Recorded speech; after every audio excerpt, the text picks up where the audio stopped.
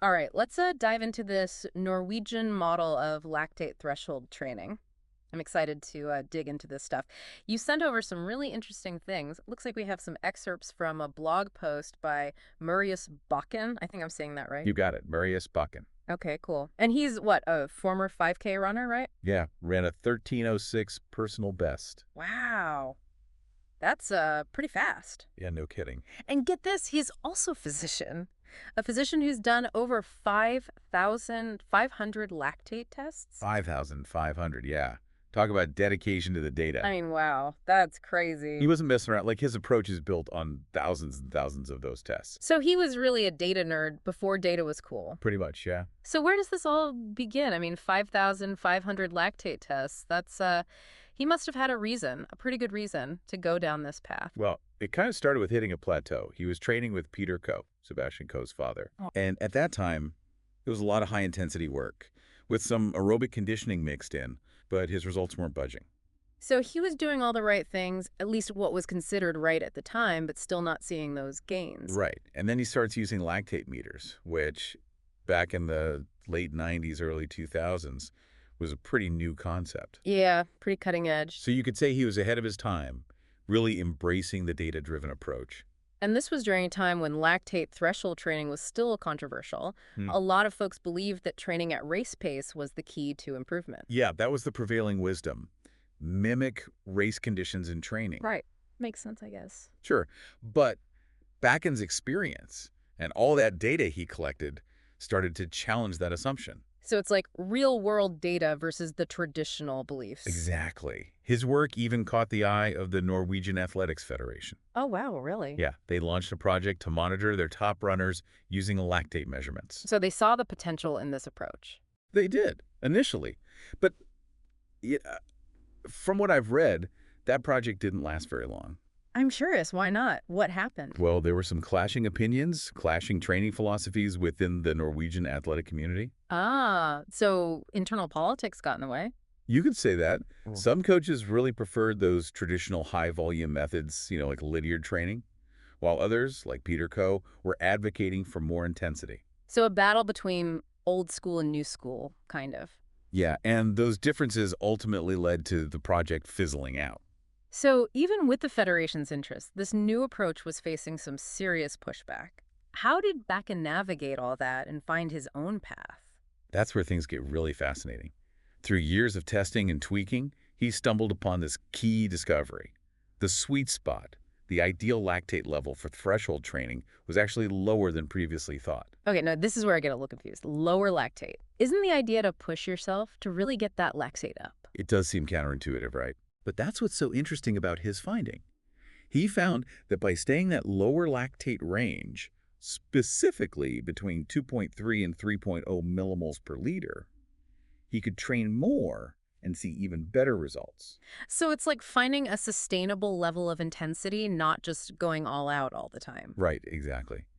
He even played around with 3 different types of threshold sessions. You got your progressive sessions where you gradually ramp up that lactate level, then steady state where you're aiming to hold it constant. Okay, makes sense. And then there were his floating sessions where he would just kind of hover just below that threshold. So like dancing right on the edge, but not quite going over. Yeah, a very fine line. And the crazy thing is the volume he was able to handle at this lower intensity. He was putting in huge amounts of threshold work without burning out. So more work, better results, and less burnout. That sounds like the holy grail of training. It kind of is, right? Hmm. And here's another cool thing. He observed that elite Kenyan runners, those guys who dominate a marathon, they naturally seem to hit this optimal lactate range, almost like they were hardwired for efficiency. Wow. So it wasn't just about training, it was about their physiology, their natural ability to stay in that sweet spot. Yeah, maybe they weren't specifically training at race pace, but their naturally high lactate threshold allowed them to maintain a super fast pace for much longer. It's like their bodies were built for it. Yeah, exactly. And, it all comes back to that anaerobic threshold, that ultimate limiter of performance, especially in those 5K, 10K races. Right, that point where your body just can't sustain the intensity anymore. Exactly. Bakken realized that even when you're training at race pace, your performance is ultimately limited by that threshold. So it's not just about mimicking race pace, it's about raising the ceiling of that threshold. That's the key. So Bakken shifts his focus. Instead of just trying to replicate race conditions, he zeroes in on maximizing that anaerobic threshold. Okay, that makes sense. But how did he actually go about training it? Well, he experimented with a few different approaches. He tried what he called top-up mileage weeks, where basically every run was at threshold pace. That sounds intense. Oh, yeah. Then there were long, single threshold sessions, just grinding it out for an extended period. And then he tried something really intriguing, double threshold training days. Wait, what? Double? As in two threshold workouts in a single day? You got it. That sounds brutal. It does. But the results were pretty remarkable. The double threshold training yielded the absolute best results. And his theory was that those short rest periods between those sessions allowed his muscle tone to recover just enough for another high-intensity hit. So it's not just about the cardio, it's about muscle recovery and adaptation too. It kind of reminds me of that intense clustered training you see in sprint workouts. That's a good observation, and it makes sense. Hmm. Remember, Bakken was influenced by observing those sprint training groups, so he might have been onto something with that clustered approach. So this double threshold thing must have raised some eyebrows, right? People probably thought he was nuts. Oh, yeah, for sure. There was actually a newspaper article back then highlighting all the controversy around his methods. People were literally calling him a madman for suggesting 2 threshold workouts a day. It does sound kind of crazy, but sometimes those crazy ideas are the ones that lead to breakthroughs, right? Exactly. And there's another layer to this whole thing, this concept of muscle tone being a key factor in all of this. This is where Bakken's medical background really comes into play. Okay, now this is where it gets really interesting. A physician, an elite runner, and now we're talking about muscle tone. He was fascinated by it.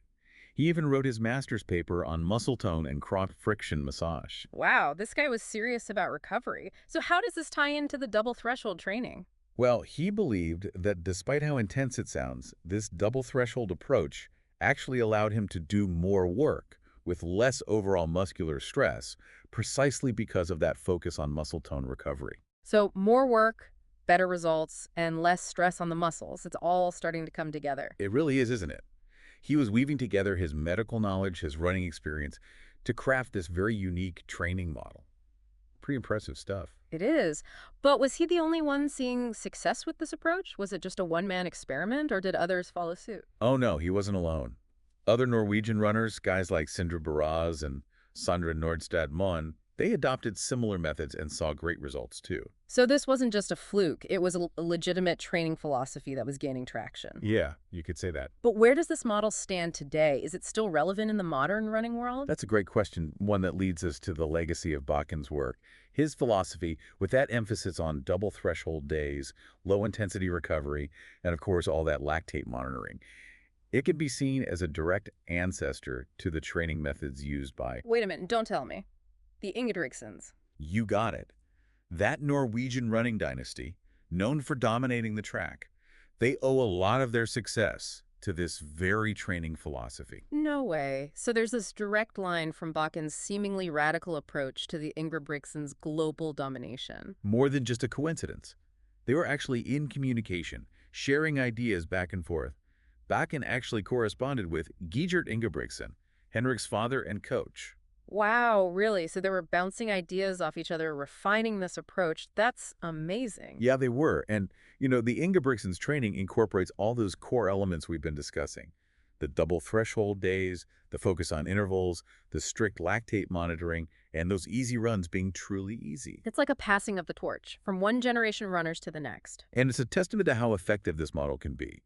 What was once considered controversial is now a cornerstone of one of the most successful running programs in the world. It's incredible. But wait, didn't you mention something about Norwegian triathletes too?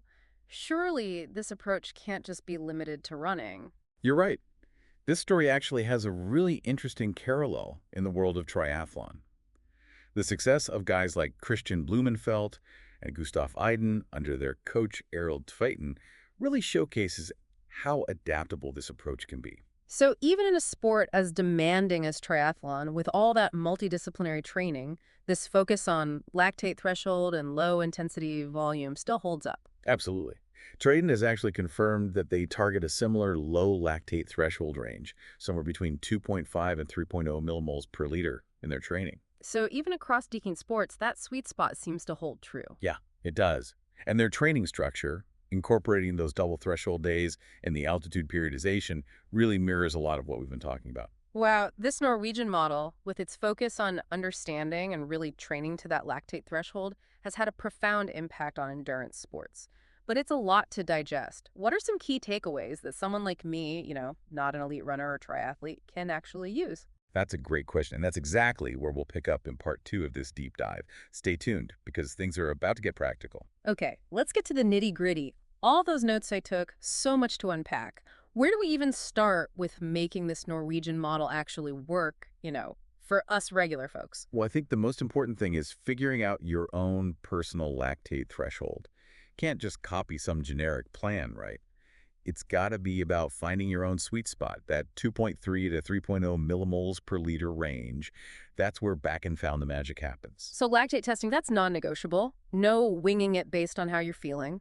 I mean, perceived effort, sure, it has its place. Mm. But for this type of training, having that objective data, it's key. Bakken's whole philosophy is built on these precise measurements.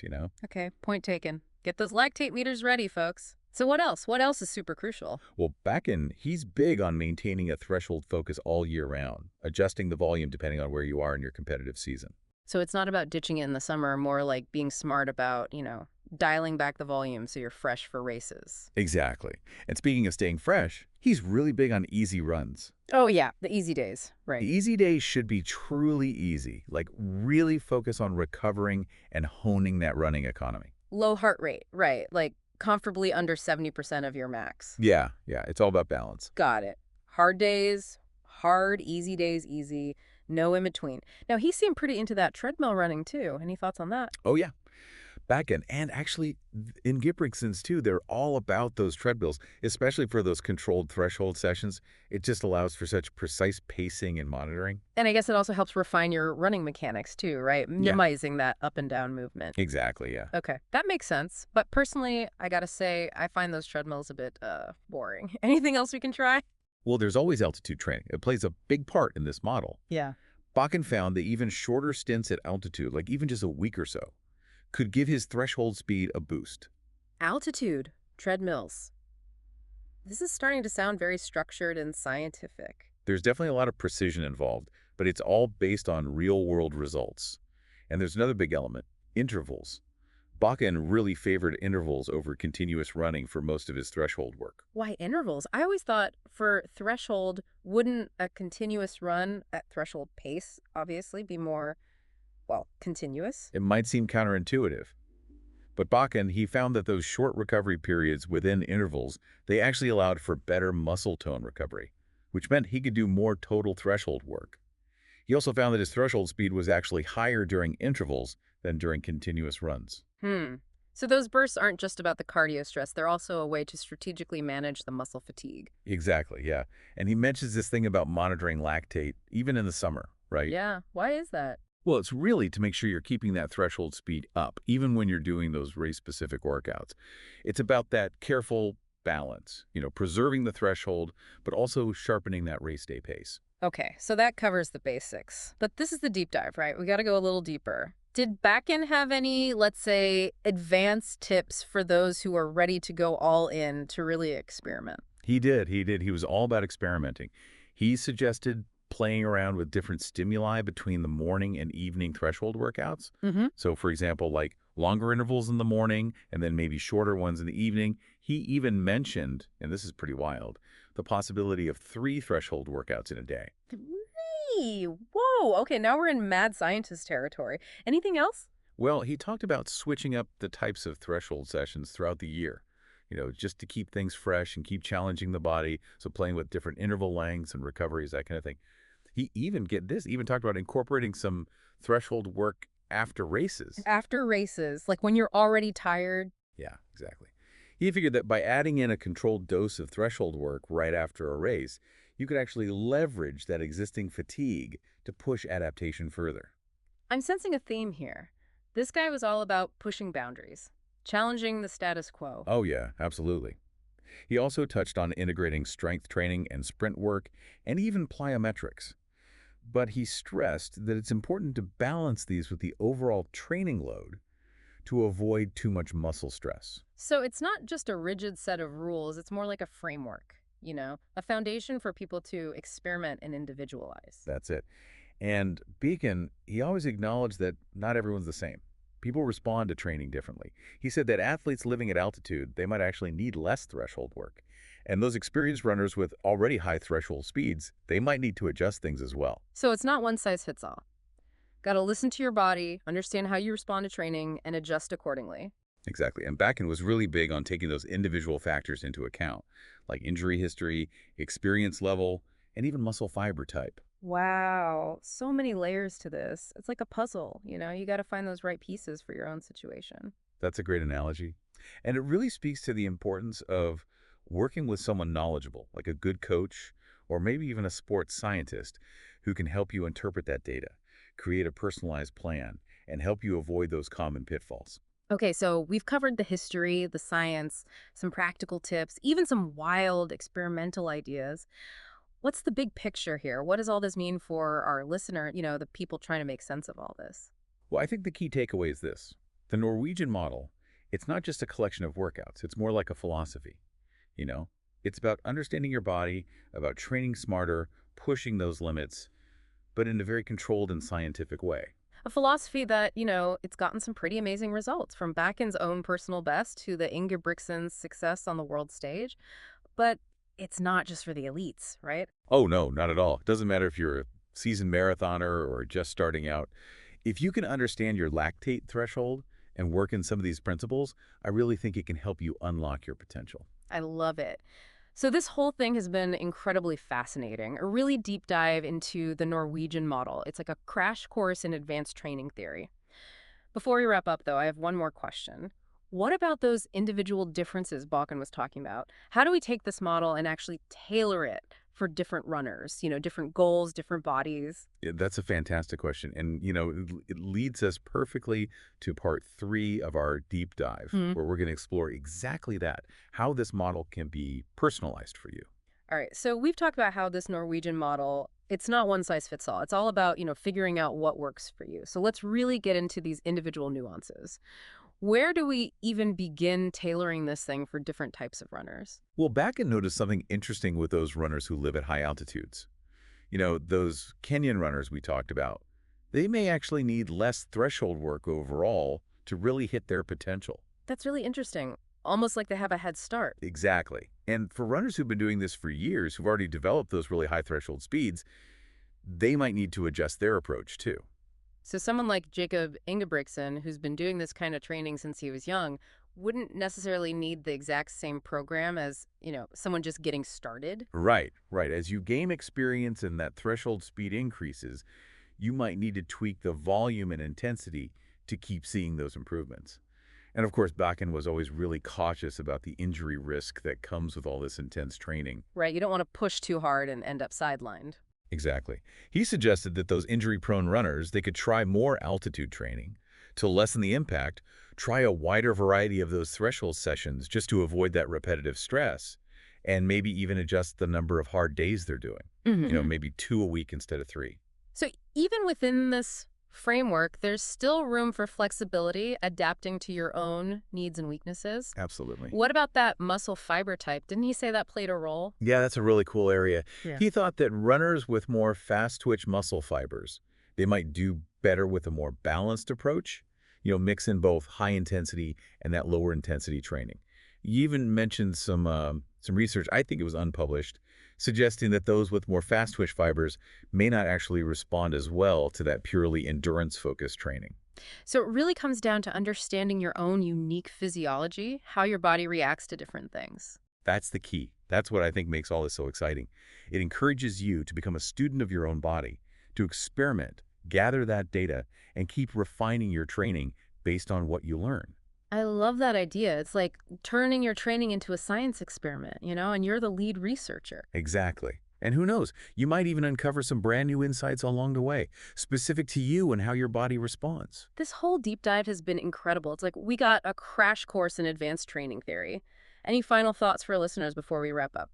I think the biggest thing is to never be afraid to question those conventional wisdoms, to experiment, find what works for you.